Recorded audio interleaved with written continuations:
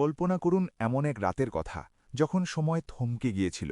একটি সাধারণ বিছানা থেকে উঠে মহাকাশের সীমানা পেরিয়ে এমন এক যাত্রা যা বিজ্ঞানের সকল সূত্রকে হার মানায়। কি ঘটেছিল সেই রহস্যময় রাতে সিদরাতুল মুনতাহার ওপারে? তিনি চলছেন বোরাকে চড়ে, একে একে পেরিয়ে যাচ্ছেন ৭টি আসমান।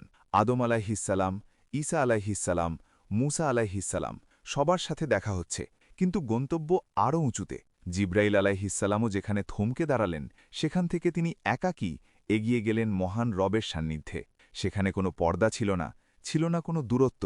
সেই নিস্তব্ধতায় উম্মতের জন্য কি নিয়ে ফিরলেন তিনি? কোনো ধন সম্পদ নয়, কোনো সাম্রাজ্য নয়। তিনি নিয়ে এলেন মুমিনের জন্য শ্রেষ্ঠ এক উপহার, যা আমাদের প্রতিদিন ৫ বার আসমানের সাথে সংযুক্ত করে। সেটি হল সালাত বা নামাজ। মেরাজ কেবল একটি ভ্রমণ ছিল না, এটি ছিল বিশ্বাস আর নৈকট্যের এক পরম পরীক্ষা। কুরআনের আয়াত, পবিত্র সেই সত্তা যিনি তার বান্দাকে রাতে ভ্রমণ করিয়েছিলেন মসজিদুল হারাম থেকে মসজিদুল আকসা পর্যন্ত। সূরা বনী ইসরাইল, আয়াত ১। সহিহ হাদিস, রাসূলুল্লাহ সাল্লাল্লাহু আলাইহি ওয়াসাল্লাম বলেন, এরপর আমার উপর প্রতিদিন ৫০ ওয়াক্ত নামাজ ফরজ করা হয়, যা পরবর্তীতে ৫ ওয়াক্তে কমিয়ে আনা হয় এবং ৫ ওয়াক্তেই ৫০ ওয়াক্তের সোয়াব রাখা হয়।